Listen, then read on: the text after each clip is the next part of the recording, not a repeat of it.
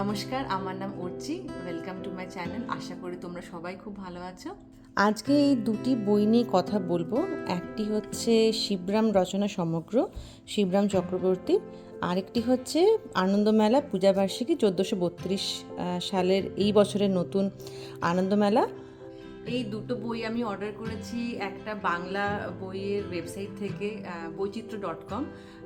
তোমরাও এটা ট্রাই করতে পারো, কারণ আমি হায়দ্রাবাদে থাকি, তো অনেক সময় অ্যামাজন থেকে যদি বই অর্ডার করি তো অনেকটা ডেলিভারি চার্জেস লেগে যায়, কারণ এইবারের আনন্দমেলার পূজাবার্ষিকীর দাম একটু বেশি, 300 টাকা। আর সেটা অ্যামাজনে দেখাচ্ছে 110 টাকার মতো ডেলিভারি চার্জ। তো আমি বৈচিত্র্যতে গেলাম এবং দেখলাম 240 দেখাচ্ছে ওখানে প্রিন্ট। আর যেহেতু আমি দুটো বই একসাথে আনিয়েছি, তো আমার কিছু পড়লো 100 টাকা এক্সট্রা দুটো বইয়ের ডেলিভারি চার্জে। আমি এখনও শুরু করিনি, বইগুলো কালকেই এসছে, কালকে মানে 27শে জুলাই। আর তোমাদের দেখাতে চাই সূচিপত্রে কী কী আছে। এবারে খুব ভালো কিছু লেখকের ভালো ভালো লেখা এবারে এরা কভার করেছে। সেটাতে শীর্ষেন্দু মুখোপাধ্যায়ের চক্ষু লজ্জা, তারপরে সঞ্জীব চট্টোপাধ্যায়ের ভুলটাই তবে ঠিক, তমাল বন্দ্যোপাধ্যায়, সুকান্ত গঙ্গোপাধ্যায়, উল্লাস মল্লিক, সঙ্গীতা বন্দ্যোপাধ্যায়, আর সুবর্ণ বসু লোহা কাঠের সিন্ধুক, তিলোত্তমা মজুমদার। বড় গল্পের মধ্যে দুটো আছে, সাঁতরাবাড়ির চেয়ার টেবিল, ভ্যানিশ। আর সবার প্রিয় যেটা আমি খোঁজার চেষ্টা করছি সেটা হচ্ছে কমিক কী আছে। এই যে নীল মাছের চোখ, সুযোগ বন্দ্যোপাধ্যায়, সেটা হচ্ছে এই যে রাপ্পা রায়ের গল্প, এটা খুব ভালো লাগে আমার। আর রয়েছে সুনীল গঙ্গোপাধ্যায় অন্ধকারের বন্ধু। এবারে ফেলুদা আমি দেখেছি নেই, তার জায়গায় খুব ভালো একটা গল্প এরা দিয়েছে, এই যে নীল আতঙ্ক, সত্যজিৎ রায়। আর চিত্রনাট্য ছবি দিয়েছেন অভিজিৎ চট্টোপাধ্যায়। খুব খুব ভালো এবারের প্রচ্ছদ। আর আমার খুব ভালো লেগেছে পেজ কোয়ালিটি, কেন আজ নয়, বিগত 25-27 বছর ধরে হয়তো আমি আনন্দমেলা পড়ছি। এবারের প্রাইস অনুযায়ী কোয়ালিটি খুব ভালো করেছে। আর এই গল্পটি, এটা আমার একটু শুরু করেছি, ভালো লেগেছে। আগের বারও এই ধরনের প্রচ্ছদ যেন আমি দেখেছিলাম, তোমাদের যদি কারোর মনে থাকে আমাকে জানিও। এরকমই কিছু একটা বাঘের চরিত্র ছিল, আমার নাম মনে পড়ছে না, তোমাদের যদি মনে থাকে আমাকে অবশ্যই জানিও কমেন্টসে। আর আমি এটাও দেখাতে চাইছি সুনীল গঙ্গোপাধ্যায়ের লেখা অন্ধকারের বন্ধু, যেটা আমি তখন সূচিপত্র পড়ার সময় বলছিলাম। খুব ভালো এরা এবারের কমিক্সের যে প্রচ্ছদটা খুব সুন্দর করেছে। আমি এটা এখনও পড়িনি, আমি এর বইও পড়িনি মনে হয় যতদূর সম্ভব। বাংলা খুব যে পড়া হয় সেটা বলবো না, আমি লজ্জিত।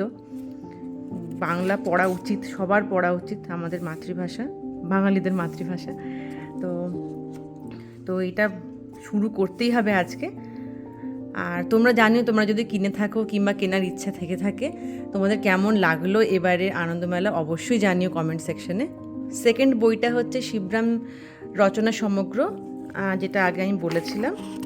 এই বইটা আমার দাদা ভাইয়ের কাছে ছিল, আমি একটু অল্প বিস্তর পড়েছিলাম, তখন আমি ক্লাস 7-8-এ পড়তাম। তো আমার এটা কেনার খুব ইচ্ছে ছিল। তো বৈচিত্র্যতে 20% অফে এরা রেখেছিলেন সেই সপ্তাহটাতে, যখন আমি অর্ডার করি। তো আমি আর ওয়েট করিনি, আমি কিনে নিয়েছি। এটার এখন প্রিন্ট প্রাইস হচ্ছে 699 টাকা। আমি কিছু 590 মতোতে পেয়েছি। এই হচ্ছে সূচিপত্র, তোমরা দেখতে পারবে খুব ভালো ভালো গল্প এখানে আছে। আমি কয়েকটা তো পড়েইছি এখানে, সেটা হচ্ছে মন্টুর মাস্টার পড়েছি, একটি স্বর্ণঘটিত দুর্ঘটনা পড়েছি, পিগ মানে শুয়োরছানা। তো খুব সুন্দর উনি লেখেন। তোমরা যদি ওনার ছোট্ট একটু হিস্ট্রি জানতে চাও, তো আমি শিবরাম চক্রবর্তী সম্বন্ধে অনলাইনে সার্চ করছিলাম যে ওনার তিনি কোথা থেকে এসেছেন, কী করেছেন গোটা জীবনে। তো কিছু ইনফরমেশন আমি পেলাম, তোমাদের সাথেও শেয়ার করতে চাই। শিবরাম চক্রবর্তী জন্মগ্রহণ করেন 13ই ডিসেম্বর 1903 সালে কলকাতায়। তবে তার পারিবারিক শিকড় ছিল উত্তর কলকাতার শোভাবাজার অঞ্চলে। তিনি স্কুল জীবনে পড়াশোনা করেন সিটি কলেজ স্কুলে এবং পরে তিনি সিটি কলেজে ভর্তি হন, তবে পড়াশোনা শেষ করতে পারেননি। তিনি সাংবাদিকতা যোগদান করেন এবং জীবনের শুরুতে তিনি রাজনৈতিক বিষয়ে অনেক লেখালেখি করেছেন, কিন্তু পরে তিনি অসাধারণ হাস্যরসাত্মক লেখকে পরিণত হন। কিছু অমর চরিত্রের মধ্যে রয়েছে হর্ষবর্ধন ও গোবর্ধন, বাংলা সাহিত্যে অমর হয়ে রয়েছে। তার লেখা সমাজে নানা অসঙ্গতি, রাজনৈতিক ও সামাজিক অবস্থার নিপুণ ব্যঙ্গের মাধ্যমে উঠে এসেছে। কিছু বহু ছোট গল্প আর বড় গল্পর মধ্যে তার বিখ্যাত রচনার মধ্যে রয়েছে হর্ষবর্ধন গোবর্ধনের ডায়েরি, ঐরাবতের পিঠে ও বাড়ি থেকে পালিয়েছি। তিনি মারা যান 28শে অগস্ট 1980 সালে। তিনি বিয়ে করেননি, সারা জীবন তিনি এক চিলতে ঘরে রয়ে গেছেন, খাতা কলম আর বইয়ের মাঝখানে। আর যদি তোমাদের বিস্তারিত পড়তে হয় অবশ্যই ওনার সম্বন্ধে গুগল করো। আজকের ভিডিও এখানেই শেষ করছি। তোমাদের যদি ভালো লেগে থাকে অবশ্যই লাইক করো, শেয়ার করো আর আমাকে কমেন্ট সেকশনে জানিও। আর আমি জানি না নেক্সট ভিডিও কী নিয়ে আমি শুরু করব, এটাই আমার ফার্স্ট ভিডিও, তো তোমাদের সাপোর্ট আমার খুব দরকার। আর ব্যাস, আর কিছু নেই। Thank you so much.